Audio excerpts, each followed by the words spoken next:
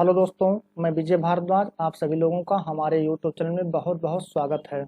आज हम लोग देखने वाले हैं दिल्ली सल्तनत के पार्ट 3 के बारे में। आइए देखते हैं। पहला क्वेश्चन है, दिल्ली के किस मुस्लिम शासक के निधन पर इतिहासकार बदायूनी ने कहा, राजा को अपनी प्रजा से तथा प्रजा, इसमें क्या होगा, ये जो प्रिया लिखा दिया गया है वहां पर होगा प्रजा। ठीक, राजा को अपनी प्रजा से तथा प्रजा को अपने राजा से मुक्त मिल गई। ऑप्शन है बलबन, बी ऑप्शन है मोहम्मद बिन तुगलक, सी है अलाउद्दीन खिलजी, चौथा है शेरशाह। ठीक, इसमें इस क्वेश्चन के अनुसार ऑप्शन नंबर बी सही है, मोहम्मद बिन तुगलक। मोहम्मद बिन तुगलक की मृत्यु पर बदायूनी ने कहा, राजा को अपनी प्रजा से तथा प्रजा को अपनी राजा से मुक्ति मिल गई। तो इस क्वेश्चन के अनुसार ऑप्शन नंबर बी सही है। अगला क्वेश्चन है, कौन सा सुल्तान नया धर्म चलाना चाहता था किंतु उलमाओं ने विरोध किया।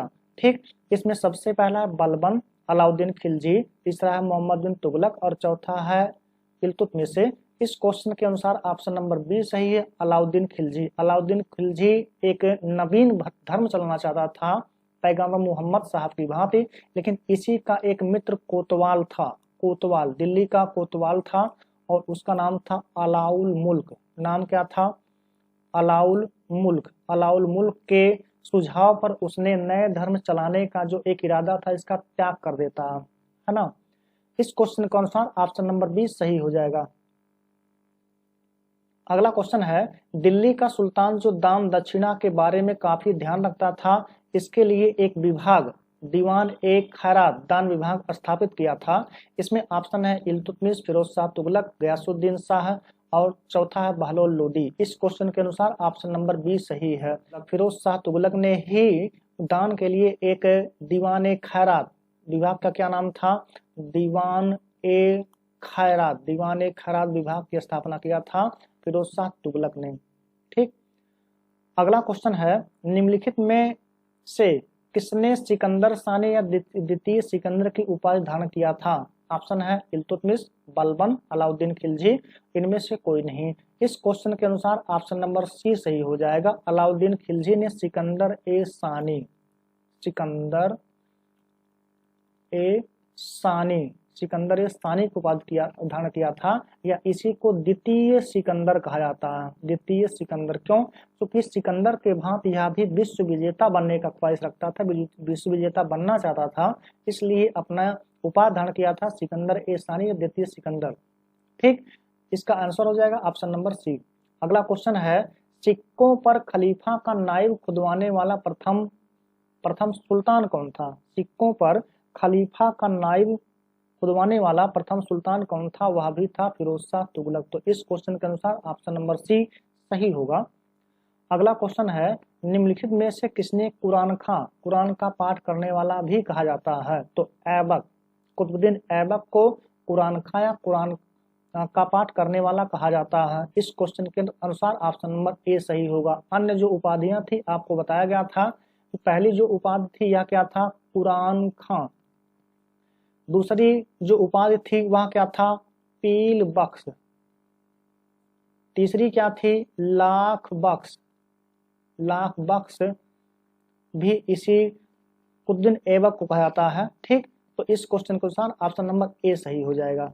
अगला क्वेश्चन है, इस सल्तनत कालीन शासक को मिन्हाज ने हातिम ताई सेकंड की संज्ञा दी थी, तो वह भी है कुतुबुद्दीन ऐबक। इस क्वेश्चन का आंसर ऑप्शन नंबर ए सही है। अगला क्वेश्चन है, 2.5 दिन का झोपड़ा मस्जिद अजमेर के निर्माण किसने करवाया था? 2.5 दिन का झोपड़ा आपको बताया गया था कुतुबुद्दीन ऐबक ने निर्माण करवाया था। 2.5 दिन के झोपड़े का, 2.5 दिन का झोपड़ा का निर्माण करवाया था। इसी ने ही कुतुब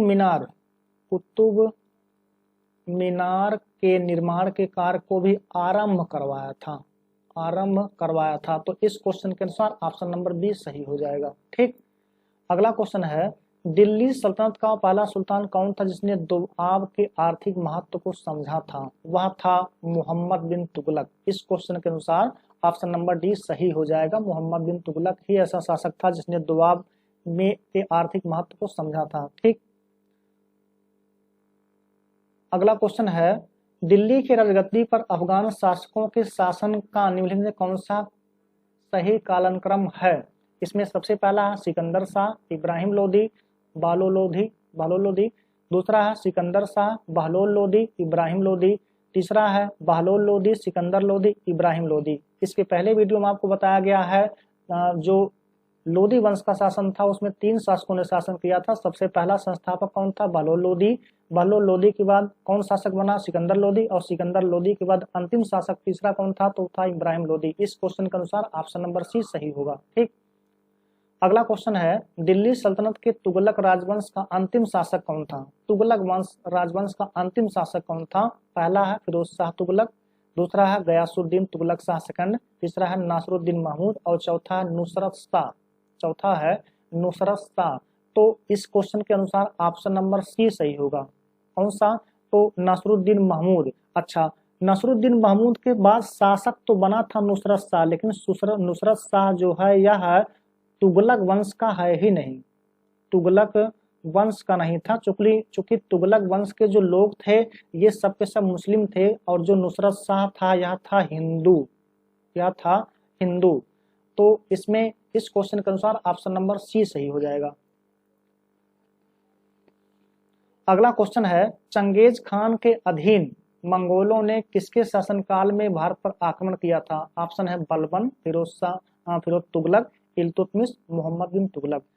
इल्तुतमिश के समय में ही चंगेज खां के लोगों ने भारत पर आक्रमण किया था। तो इसमें इस क्वेश्चन के अनुसार ऑप्शन नंबर सी सही हो जाएगा।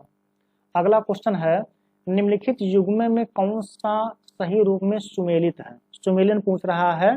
आगे देखिए इसमें क्या दिया है। पहला है दीवान ए बंदगान। दीवान ए बंदगान था कौन सा विभाग? तो यह था दास विभाग। दास विभाग की जो स्थापना था दीवाने बंदगान की यह किया था फिरोज शाह तुगलक ने। तो यहाँ तुगलक दिया है और इसका पूरा क्या नाम होगा? फिरोज शाह तुगलक। इसमें 60 में केवल तुगलक लिखा हुआ। अच्छा, दीवान ए मुफ्त खराज। अगला है दीवान ए कोही। दीवान ए कोही की स्थापना किया था मोहम्मद बिन तुगलक ने। और दीवान ए अर्ज की जो स्थापना किया था यह किया था बलबन ने। और दीवान ए मुफ्त खराज की स्थापना किया था अलाउद्दीन खिलजी ने। कृषि से संबंधित विभाग था दीवान ए मुफ्त खराज।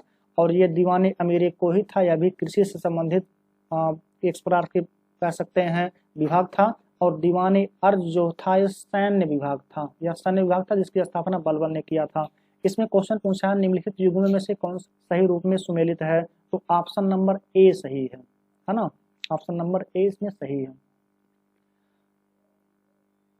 अगला क्वेश्चन है दिल्ली का सुल्तान जो भारत में नहरों के सबसे बड़े जाल का निर्माण करने वाला प्रसिद्ध था वह था?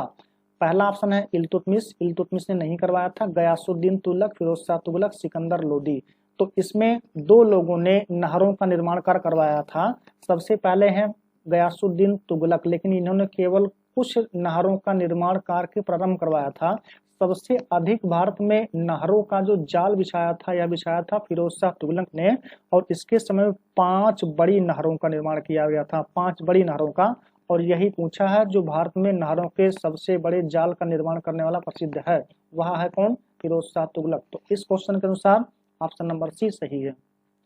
अगला क्वेश्चन है निम्नलिखित में से किसने भारत का सबसे पुराना मकबरा नासरुद्दीन महमूद का मकबरा जिसको कहा जाता है सुल्तान गढ़ी का मकबरा दिल्ली में निर्माण करवाया? मकबरा निर्माण शैली का जन्मदाता का गौरव पाया। ठीक, तो ध्यान दीजिएगा नसरुद्दीन महमूद था कौन? तो इल्तुतमिश का पुत्र था। नासरुद्दीन महमूद इल्तुतमिश का पुत्र था और इसके मृत्यु पर इल्तुतमिश ने ही दिल्ली में नसरुद्दीन महमूद का मकबरा बनवाया और वही मकबरा कहलाया सुल्तान गढ़ी का मकबरा। वही मकबरा जो था वह कहलाया सुल्तान गढ़ी का मकबरा। और यही जो मकबरा है यह भारत में निर्मित प्रथम मकबरा है। कौन? सुल्तान गढ़ी का मकबरा भारत में निर्मित प्रथम मकबरा है। यानी कि मकबरा निर्माण शैली का जन्मदाता किसे कहेंगे? तो इल्तुतमिश रहेगा, है ना? इस क्वेश्चन के अनुसार ऑप्शन नंबर सी सही है। अगला क्वेश्चन है इल्तुतमिश द्वारा बनाया गया अतारकिन का दरवाजा जो कि अकबर के बुलंद दरवाजे का प्रेरणा स्रोत है स्थित है। यह अतारकिन का जो दरवाजा है यह स्थित है राजस्थान के नागौर जिले में। इस क्वेश्चन के अनुसार ऑप्शन नंबर डी सही हो जाएगा। और इसी अतारकिन के दरवाजे से प्रेरित होकर अकबर ने फतेहपुर सीकरी में बुलंद दरवाजे का निर्माण करवाया था। ठीक, अगला क्वेश्चन है, किसने 40 तुर्की सरदारों को लेकर तुर्कान ए चहलगानी या चालीसा दल का गठन किया था? ऐबक, इल्तुतमिश, बलबन, रजिया सुल्तान, है ना। तो इल्तुतमिश ने 40 सरदारों के एक दल का गठन किया था। इसका नाम था तुर्कान ए चहलगानी, या इसी को कहा गया चालीसा दल। इसी को कहा गया चालीसा दल, या इसी को कहा गया तुर्कान ए चहलगानी। और इसको खत्म किसने किया था? खत्म किया था बलबन ने। तुर्कान ए चहलगानी की स्थापना किसने किया था? तो इल्तुतमिश ने। ऑप्शन नंबर ए सही होगा। और अगर पूछा जाए किसने पूरी तरह से खत्म किया था, तो खत्म किया था बलबन ने। ठीक, अगला क्वेश्चन है, निम्नलिखित में से किसने चहलगानी 40 दल का पूर्णतः सफाया कर दिया, मतलब खत्म कर दिया था? वह कौन था? बलबन। अभी आपको बताएगा। इस क्वेश्चन के अनुसार ऑप्शन नंबर ए सही होगा। अगला क्वेश्चन है, किसके दरबार में सिजदा और पाबोस का अर्थ होता है पांव को चूमना चलाई थी? तो ऑप्शन है इल्तुतमिश, बलबन, अलाउद्दीन खिलजी, मोहम्मद बिन तुगलक। तो वो हो जाएगा बलबन। और बलबन अपने आप को कहता था कि जो सुल्तान होता है ईश्वर का प्रतिबिंब होता है, जिल्ले अल्लाह, जिल्ले अल्लाह, अल्लाह होता है। दूसरा, वह जो सुल्तान होता है ईश्वर की परछाई है। कौन है? तो परछाई है। और परछाई के लिए इसने क्या कहा? नियामते खुदाई, या नियामते खुदाई।